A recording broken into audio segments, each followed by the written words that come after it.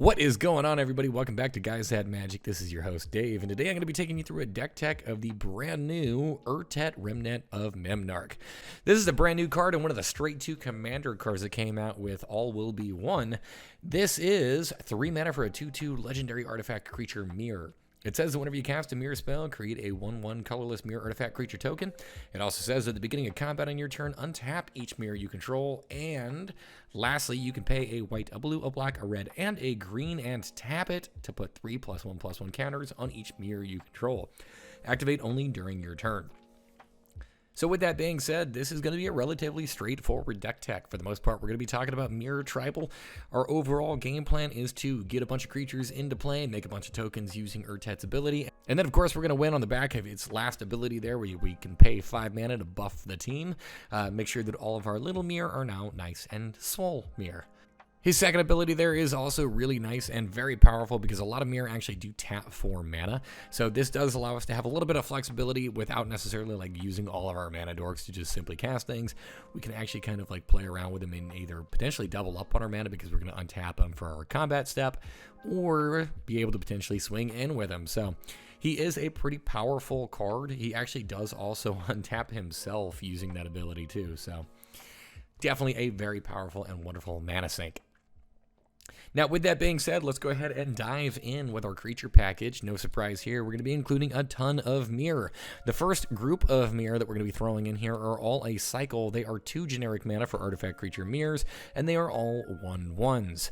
This is Gold Myr, Silver Myr, Leaden Myr, Iron Myr, and Copper Myr. The reason why I talk about all these together is because they all tap for 1 mana of a specific color. So we're going to go ahead and throw them up there on the screen. This is a full cycle, and we're throwing all 5 of them into this list. We are also going to be throwing in Alloy Myr. This is 3 generic mana for an artifact creature Myr. It is a 2/2 that you can tap to add 1 mana of any color. And Palladium Myr, which is 3 mana for an artifact creature Myr. It's a 2/2 as well, and you can tap to add 2 colorless mana to your mana pool. Now, the colorless mana isn't necessarily the most important here. We definitely want to be able to tap for all mana colors, but it is still a really powerful effect, considering that many of our creatures in this deck are going to be colorless themselves, and we also have quite a few artifacts that Palladium Myr can help us to get into play a little bit earlier. We have Darksteel Myr in this list. It's 3 mana for a 0/1. It has Indestructible on its own, so it just kind of essentially functions as a difficult to deal with beater, or a pretty potent blocker. We have Knighted Myr in this list. It is 2 and a white for a total of 3 mana. It's a 2/2. You can pay 2 and a white to adapt 1. That says that if this creature had no +1/+1 counters on it, you'll put a +1/+1 counter on it. And it says whenever 1 or more +1/+1 counters are put on Knighted Myr, it gains double strike until end of turn. So a wonderful powerhouse here, especially if we are capable of putting those +1/+1 counters on it later on in the game using our commander. Myr Kinsmith is 4 mana for a 3/1. It says whenever it enters the battlefield, search your library for a Myr card, reveal it, put it in your hand, and then shuffle. We have Myr Galvanizer in this list. It is 3 mana for an artifact creature Myr. It's a 2/2 that says other Myr creatures you control get +1/+1. You can also pay 1 and tap it to untap each other Myr you control. So a nice little untap ability staple on it, this one too. Myr Retriever is 2 mana for an artifact creature Myr. It is a 1/1 and says whenever it dies, return another artifact card from your graveyard to your hand. In addition here, we've also got Shimmer Myr. Shimmer Myr is 3 mana for an artifact creature Myr. It is a 2/2 with flash and says you may cast artifact spells as though they had flash. And we've also got Myr Battlesphere here. This is 7 mana for an artifact creature Myr Construct. It is a 4/7 that says whenever it enters the battlefield, you'll create 4 1/1 colorless Myr artifact creature tokens. And whenever it attacks, you may tap X untapped Myr you control. If you do, Myr Battlesphere gets +X/+O until end of turn and deals X damage to the player or planeswalker that it is attacking. So if you do happen to have maybe a board state lockdown where you can only swing in with 1 creature or only want to swing in with 1 creature, Myr Battlesphere can deal quite a bit of damage. Now, as I go through some of the Myr that we're hoping to be able to deploy to actually beat our opponents down with, do keep in mind there actually really aren't a ton of Myr in this game that are all that great. So we are also going to be relying on some cards with a very powerful ability, and that is Changeling. So Changelings, the way that those work is those are creatures that are going to have every creature type, and the way that Changeling works is that it has every creature type regardless of which zone it may be in. So with that being said, whenever you cast a creature that has Changeling, it will actually trigger our commander's ability and make a 1/1 mirror creature token as well. The first one that we're going to talk about here is Irregular Cohort. This is 2 and 2 white for a creature shapeshifter. It has Changeling, and it's a 2/2. It says whenever it enters battlefield, you'll create a 2/2 colorless shapeshifter creature token with Changeling. So long as our commander is in play, not only do we get the token off of our commander, but we also get a 2/2 body and then an additional 2/2, and all of those will be Myrs. Masked Vandal is 2 and a green for a creature shapeshifter. It has Changeling, and it's a 1/3. It says whenever it enters battlefield, you may exile a creature card from your graveyard. If you do, exile target artifact or enchantment and opponent controls, so a nice bit of flexibility. Realm Walker is 2 and a green for a creature shapeshifter. It has Changeling, and it is a 2/3. It says whenever it enters the battlefield, choose a creature type. You may look at the top card of your library at any time, and you may cast creature spells of the chosen type from the top of your library. So it does provide us with a little bit of extra card advantage there, so as long as we keep top decking Myr, we can keep casting them. We also have Unsettled Mariner. This is a white and a blue for a creature shapeshifter. It has Changeling, and it is a 2/2. It says whenever you or a permanent you control becomes the target of a spell or ability an opponent controls, counter that spell or ability unless its controller pays 1. We're going to be running Metallic Mimic in this. This is 2 mana for an artifact creature shapeshifter. It is a 2/1 and says whenever it enters the battlefield, choose a creature type. It is the chosen creature type in addition to its other types, and each of the creature you control of the chosen type enters the battlefield with an additional +1/+1 counter on it. Now, really important to note about Metallic Mimic is that unlike the other shapeshifters we've talked about up to this point, this one sadly does not have Changeling, which means it will not trigger Urtet whenever you cast this card. And then lastly, to kind of wrap up our Myr package, we have Adaptive Automaton. This is 3 mana for an artifact creature construct. It is a 2/2 and says whenever it enters the battlefield, choose a creature type. Adaptive Automaton is the chosen creature type in addition to its other types, and other creatures you control of that chosen type get +1/+1. Now, I do know that this is a Myr tribal deck. However, we don't actually just have Myrs in this list. We do have a couple of other creatures included as well. These other creatures are going to make sure that we kind of fix some of the holes that are included in the deck, or just kind of help to bump up our overall power level a bit. The first one here is Urza, Prince of Krug. This is 2, a white and a blue for a 2/3 legendary creature human advisor. It says artifact creatures you control get +2/+2, so it provides an additional boost to the rest of our team. He does have a second ability stapled onto him as well, where you can pay 6 mana to create a token that's a copy of another target artifact you control, except for it is a 1/1 soldier creature token in addition to its other types. So a nice little token generator in the case that we do happen to have tons of unused mana sitting around. Steel Overseer is 2 mana for a 1/1 artifact creature construct. You can tap it to put a +1/+1 counter on each artifact creature you control, so not only does it grow itself, but it also pumps up the entire rest of your team. Make sure that all those little mana dorks you deployed earlier on in the game are going to start to become much more menacing.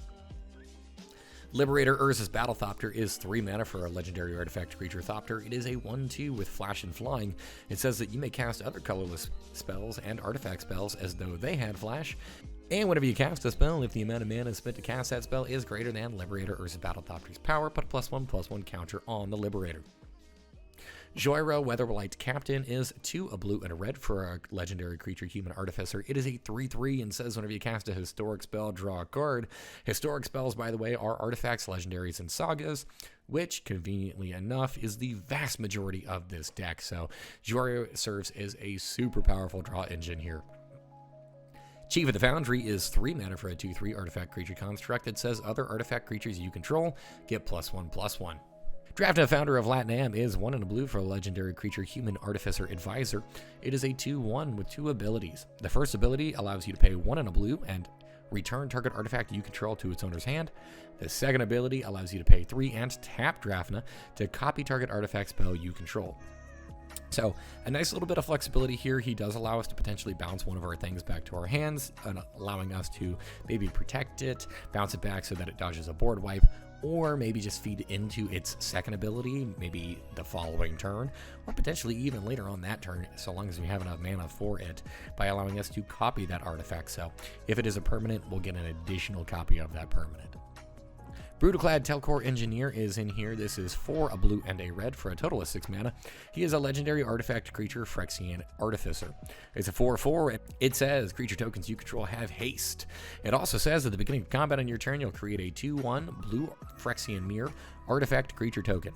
Then you may choose a token that you control. If you do, each other token you control becomes a copy of that token. So, with that being said, normally the tokens that you're going to be producing with Urtet are going to be 1/1s. Here, they're going to be 2/1s, so you can kind of copy it to be able to get like a minor power boost.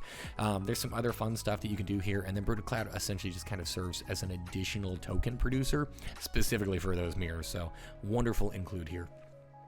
We've also got Lashiel Clockwork Scholar. This is 2 and a white for a legendary creature, Elephant Artificer. It is a 2/4 that says prevent all combat damage that would be dealt to attacking artifact creatures you control. And whenever one or more artifact creatures enter the battlefield under your control, draw a card. This ability triggers only once each turn. So not quite as powerful as a draw engine as something like Jora, but definitely still something that we want to be included in this list. The last creature card that we're going to talk about here is Nyxbloom Ancient. This is 4 and 3 green for a total of 7 mana. It is an enchantment creature elemental. It is a 5/5. It has trample, and it says that if you tap a permanent for mana, it produces 3 times as much of that mana instead.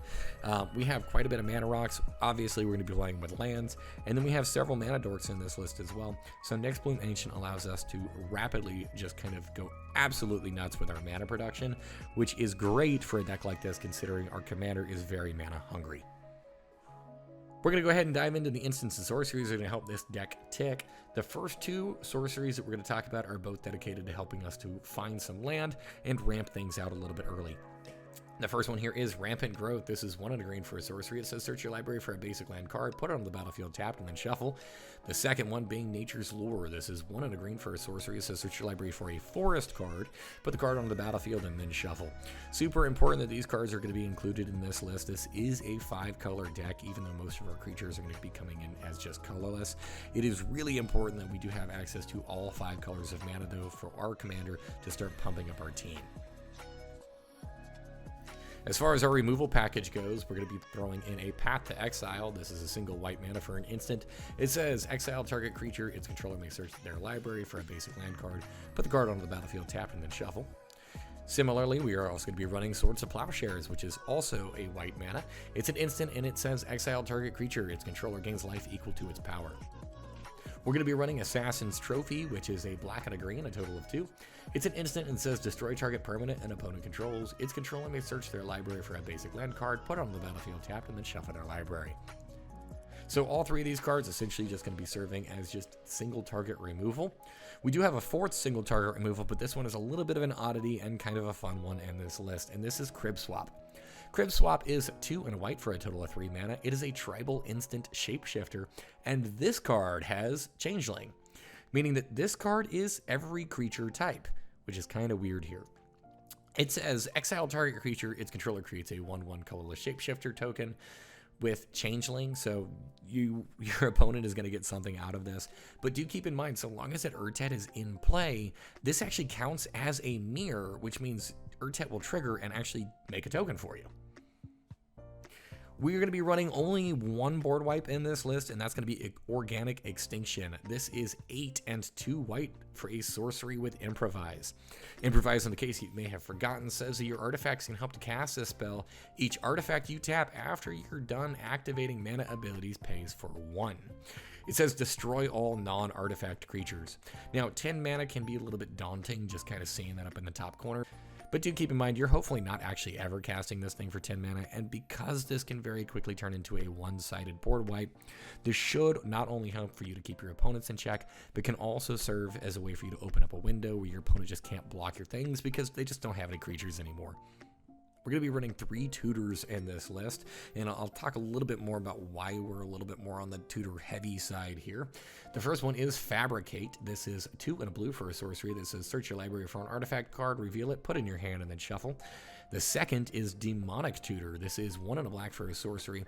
It says search your library for a card, put the card into your hand, then shuffle your library. Demonic Tutor is probably the best tutor in all of EDH, and right now, at least as of the time of this recording, it's about $40. It is a super powerful card. It is absolutely wonderful, but if you are planning on building this deck a little bit more on the budget side, or just trying to simply take this video as inspiration and kind of make a couple of adjustments here or there, if you want something that's a little bit cheaper, Demonic Tutor can be cut, and it really won't overall dampen the strength of this deck. It'll just kind of weaken its consistency to a degree.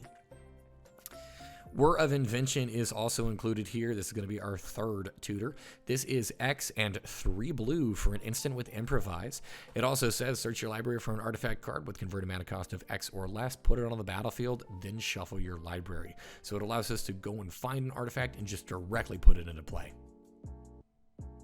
Open the Vaults is 4 and 2 white for a total of 6 mana. It's a sorcery, and it says return all artifact and enchantment cards from all graveyards to the battlefield under their owner's control. Keep in mind your opponents are going to be able to capitalize on this effect as well, but chances are you're probably going to have more artifacts than they will that'll be able to get returned here. We don't necessarily have a dedicated instant and sorcery package whenever it comes to card draw, but we do have 2 cards at least of note that I wanted to talk about here. The first of which being Thoughtcast, which is 4 and a blue for a sorcery. It has affinity for artifacts. That means that this spell costs 1 less to cast for each artifact you control, and it says draw 2 cards.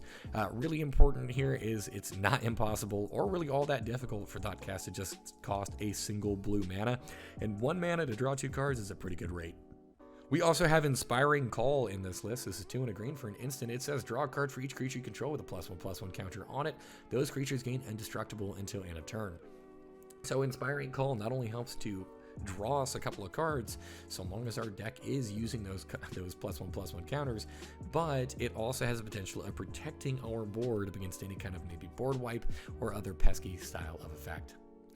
Speaking about protecting our board, we're also going to be playing Heroic Intervention. This is 1 and a green for an instant that says permanents you control gain hexproof and indestructible until end of turn.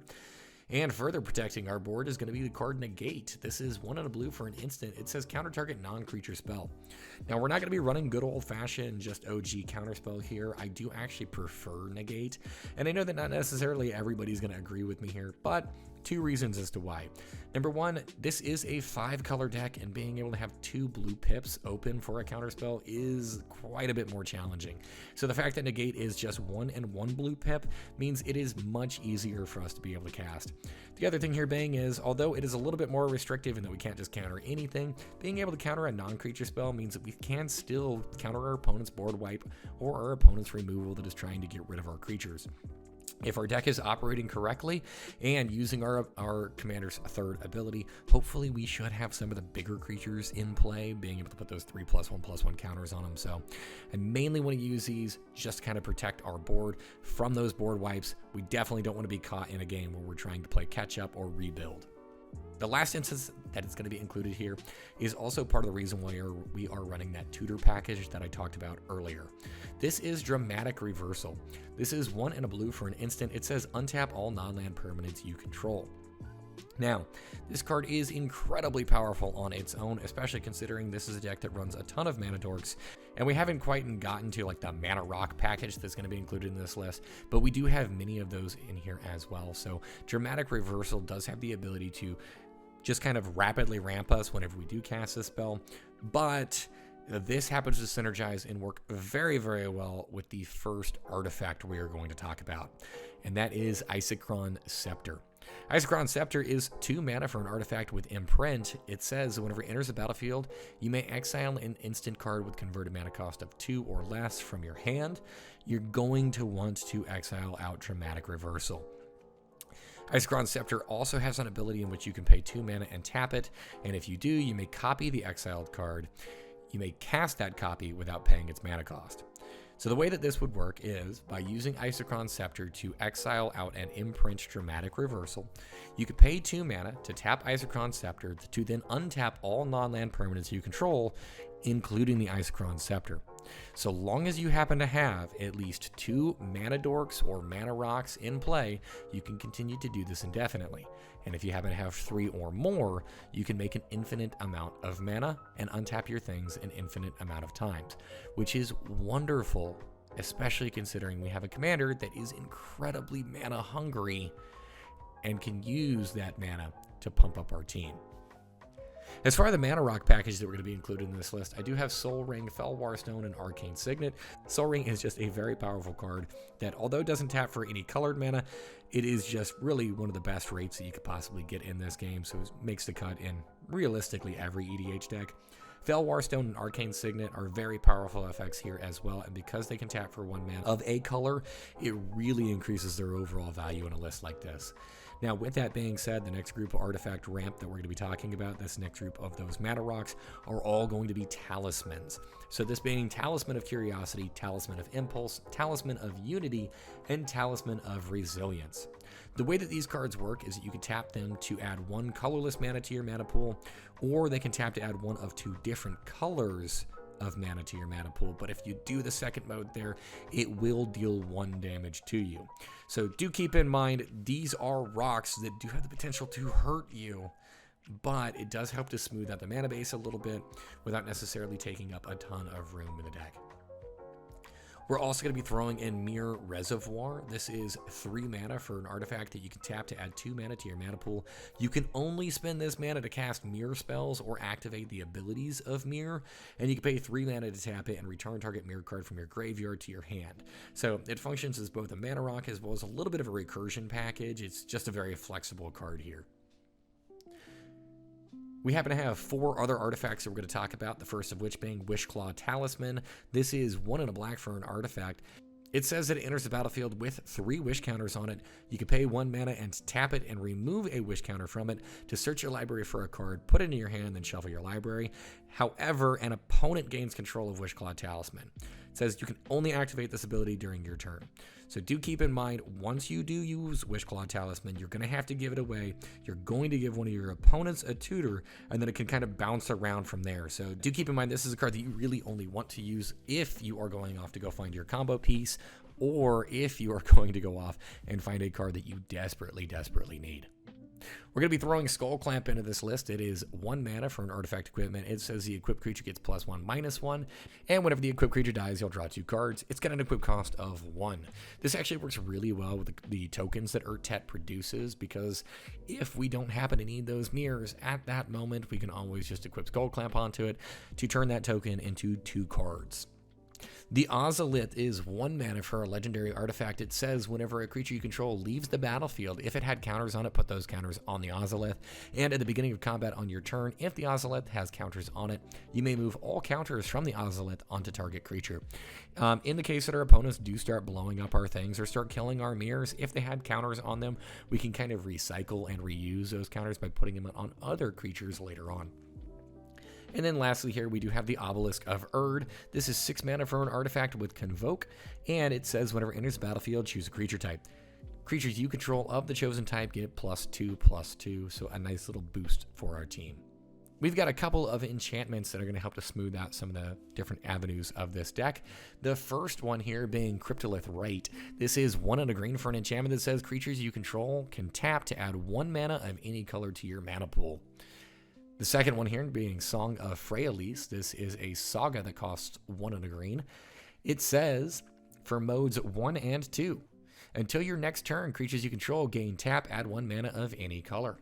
For the third mode on it, it says put a +1/+1 counter on each creature you control. Those creatures gain Vigilance, Trample, and Indestructible until end of turn.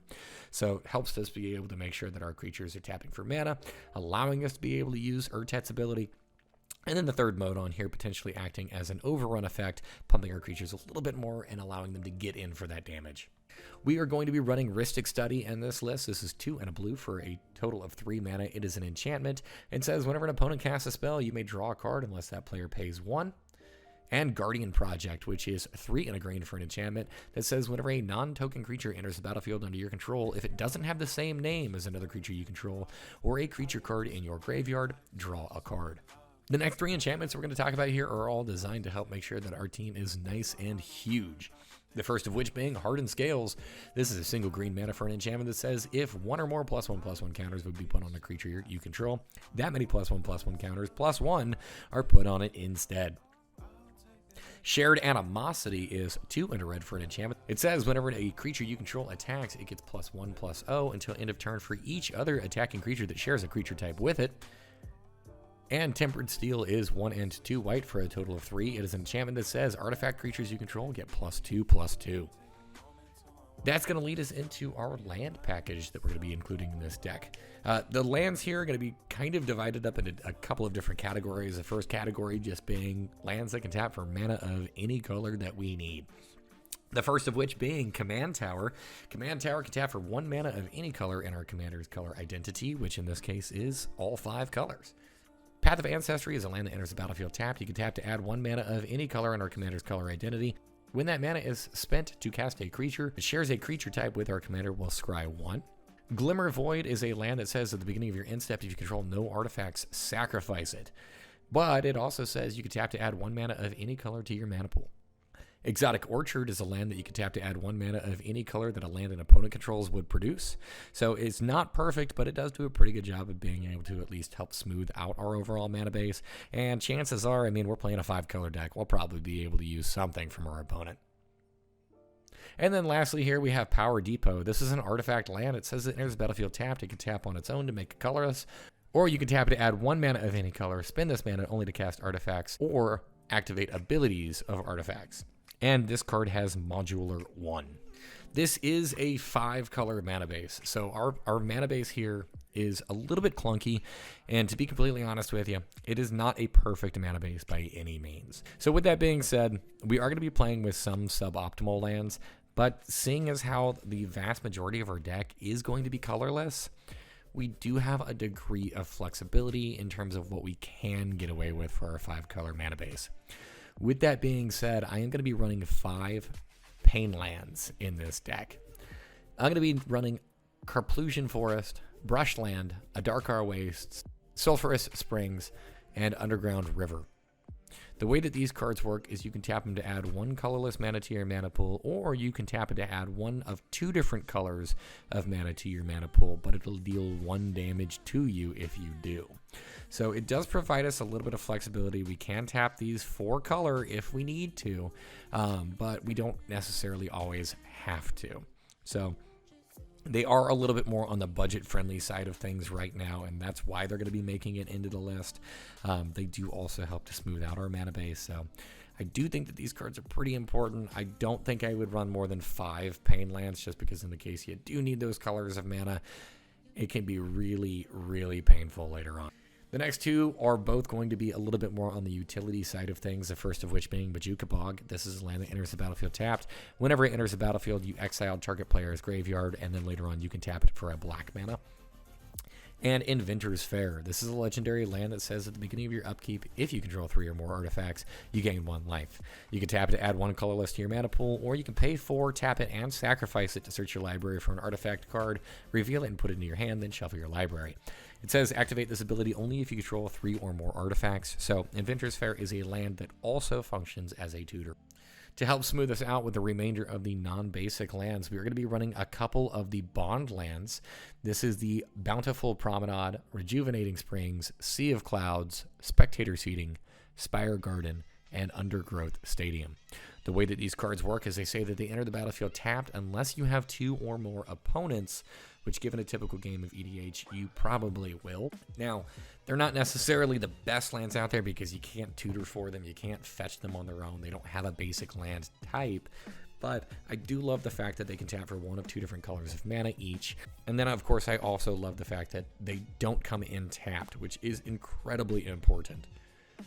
We are also going to be running 3 of the Tri-lands, the first of which being Seaside Citadel. We've also got Jungle Shrine and Sand Steep Chapel. All 3 of these lands can enter the battlefield tapped, but they can tap for 1 of 3 different colors of mana. They're incredibly cheap options. They are budget friendly. They are slow and that they enter the battlefield tapped, but they can tap for 1 mana of 3 different colors each. So they are really important once again in making sure that it just does allow our deck to function. The last land that is not basic that we're going to be running in here is Spara's Headquarters. This is a land that is a forest plains island. It is the one and only Triome in this list. It enters the battlefield tapped, and if you don't need it, you can cycle it away by paying 3 mana. For those of you who aren't familiar, cycling means that whenever you pay that 3 mana, you'll discard it to draw a card. Now, the reason why Spara's Headquarters is included in this list specifically as our only Triome is because it does include the 3 most relevant land types for this deck, and that being Forest, Plains, and Island. Those are going to be the 3 that pop up by far the most and the 3 that we're going to need the most. In addition, because it does have those basic land types associated with the card, Nature's Lore, one of our sorceries that allow us to go and grab a land, can find Spara's Headquarters.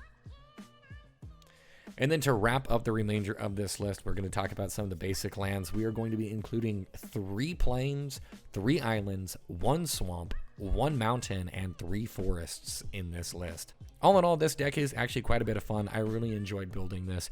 If you do like token strategies or tribal strategies that go a little bit on the larger side of things, this deck 100% could be up your alley. I will, however, kind of give you a bit of a word of caution. This is a 5-color deck, which means that the mana base can be incredibly stressed at times. If you are interested in playing in a 5-color deck, and if you do want to grow this deck over time, the mana base is probably the first thing that I would start building into, including fetch lands and shock lands and all that kind of fun stuff. Is a bit more expensive, but definitely worth it if you're interested in going that route. All in all, as it currently stands, this deck is about $350. I would put this a little bit on like the middle of the pack, maybe like a 5 or a 6 in terms of like a power scale.